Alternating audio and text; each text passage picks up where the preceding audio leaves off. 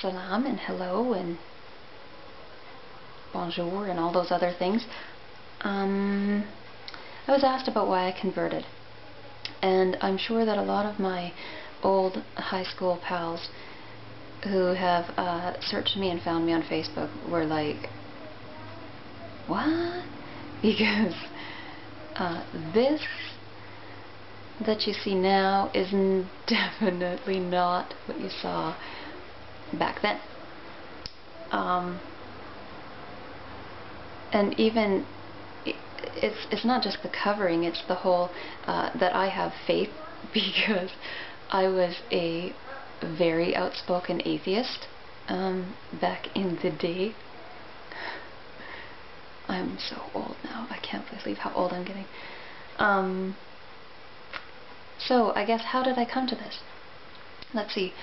It would be in high school, and I had my boyfriend at the time, who was really great for me, wasn't he? Anyways, it wasn't the best relationship. He was kind of a donkey. But it is what it is.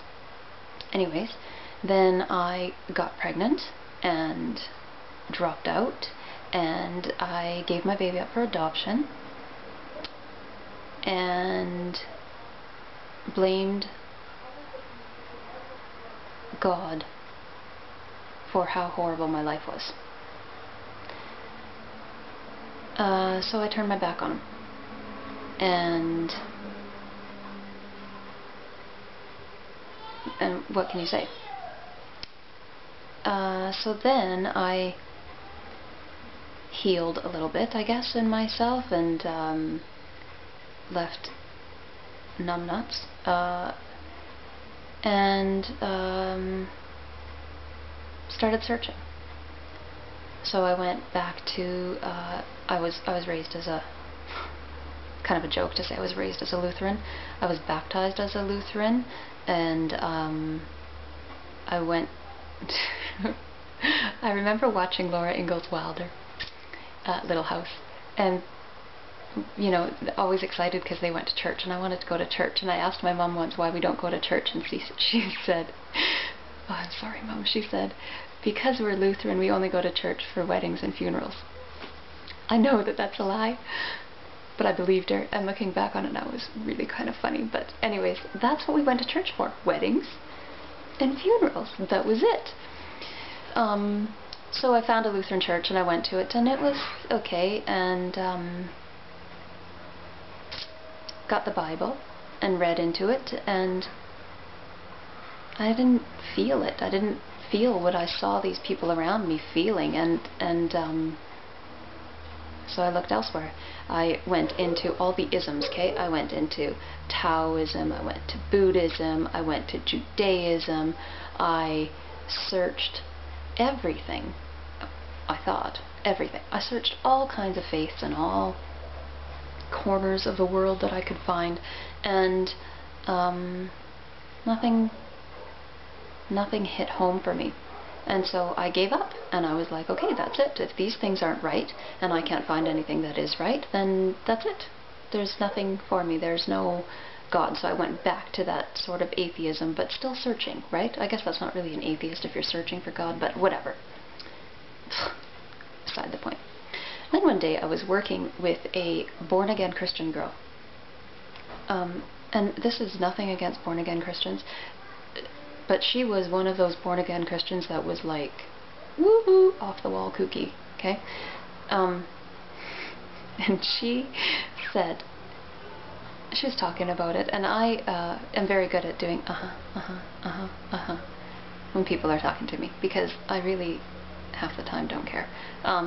Anyways, she was talking to me, and then she said, when I make love to my husband, I'm making love to Jesus Christ. And I was like, what? I'll let you all digest that for a little bit, because it took me a moment, and I was like, you are off your rocker. You gotta be kidding me. How psycho are you? You're nuts. And then I went on to say how, because I had somehow formulated in my mind, probably back when I was 10, 11-ish, that I could not believe that Jesus was the Son of God. He's God. Why does he need a son? He's God. Is he going to die that he needs a son? And Jesus is walking around on earth and eating and pooping, and that's very ungodly to me. So I had that kind of basis in my mind, I guess, to begin with, and so I had said this to her, and she didn't like that, and so we kind of had a spat, nothing like fist fight, just bleh, back and forth, right, with my somewhat atheist views against her very strong born-again Christian views. And then along came my boss, who happened to be Muslim, and split us up. But then he took me aside and he said, "You have some interesting ideas. I'm going to bring you some literature." So the next day he came back, and I don't know if he went to the mosque or whatever, but he brought some pamphlets about Islam, and I gobbled them up. I could not read them fast enough. And then he brought me back a Quran. And I read it. I didn't read the whole Quran. I read the very first, it's called the opening, Surah Al-Fatiha, which is very similar to some of the things, I guess, in Christianity, right? But when you are faced with the truth, it is absolutely undeniable. And that was undeniable to me. I knew. It is literally, what, 6 or 7 verses? Doesn't even take up a quarter of a page. And I knew that I had found the religion that I've been searching for. And then I was scared poopless, because even back then, this was, oh gosh, this was almost 13 years ago. Even back then, Islam was pretty much synonymous with terrorism. And I thought, how can I know that this is the right faith for me when, you know, you're hearing about suicide bombers and hijackers and yada yada yada, right? But the more I studied and the more I read into it, and I certainly didn't just take the information from my boss. I have a brain. I use my brain, and I studied. The truth is the truth, no matter how many ways you try and turn it and spin it and wrap it. It is what it is, and I knew that that's what I needed to do. And I became a Muslim. And then I married my boss. But yeah, that's my story.